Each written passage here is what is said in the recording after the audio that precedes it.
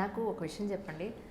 చాలామంది నాతో అన్నది ఏంటంటే, మీరు కీరవాణి గారు సొంత అన్నదమ్ములని కొంతమంది, కజిన్స్ అని కొంతమంది, రాజమౌళి గారు ఎలా చుట్టాలని కొంతమంది, విజేంద్ర ప్రసాద్ గారు ఈయనకి ఏమవుతారని కొంతమంది, నన్ను మామూలుగా అడగలేదు ప్రశ్న. ఒక్కసారి క్లారిఫై చేద్దరు, మీకు పుణ్యం ఉంటుంది. మొత్తం మాది జాయింట్ ఫ్యామిలీ అండి. విజేంద్ర ప్రసాద్ గారు, మా నాన్నగారు అన్నదమ్ములు. మొత్తం మా ఫాదర్స్ 6. మాకు ఒక మేనత్తో ఒక ఆవిడ, అంటే వాళ్ళ తరంలో 7 అనమాట. ఆ 7 సంతానం కలిపి 18 మంది పిల్లలు.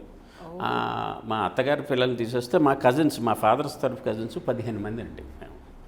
సో రాజమౌళి తమ్ముడు అవుతాడండి నాకండి. అంటే విజేంద్ర ప్రసాద్ గారు అబ్బాయి చిన్నాంగారు అవుతారు కాబట్టి, ఇది కీరవాణి గారు నాకు సంతానం అవుతారండి. కళ్యాణి మాలిక్ మ్యూజిక్ డైరెక్టర్ తెలుసు కదా, తను నాకు తమ్ముడు అవుతాడండి. ఓకే, సో మీరంతా కజిన్స్? ఫస్ట్ కజిన్స్ అండి. ఓకే ఓకే, కానీ మీకు చాలా దగ్గర ఫీచర్స్ ఉంటాయి. ఏమోనండి, రాజమౌళికి నాకు ఎక్కడ దగ్గర ఫీచర్స్ ఉన్నాయి? లేదు, కీరవాణి గారికి న్యాచురల్లీ, ఎందుకంటే మేము సొంత అంటే ఒకే తల్లికి కడుపును పుట్టిన వాళ్ళం కాబట్టి మాకు పొలికలు ఉన్నాయంటే ఇది అవుతున్నాయి. బట్ రాజమౌళి మదర్ నన్ను పెంచుకున్న అమ్మ అనమాట అండి.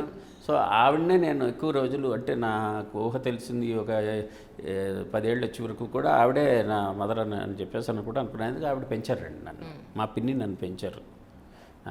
సో అది మా మదర్ కన్నా కూడా ఆవిడ దగ్గర ఎక్కువ ఇది చనువు కానీ లేకపోతే ఇది కానీ, అంటే తెలిసేది కదంటే జాయింట్ ఫ్యామిలీ కదండి. ఒకళ్ళ పిల్లలు ఒకళ్ళ దగ్గర పెరిగేవారు. ఆ దీంట్లో నేను ఆవిడ దగ్గర పెరిగాను అనమాట.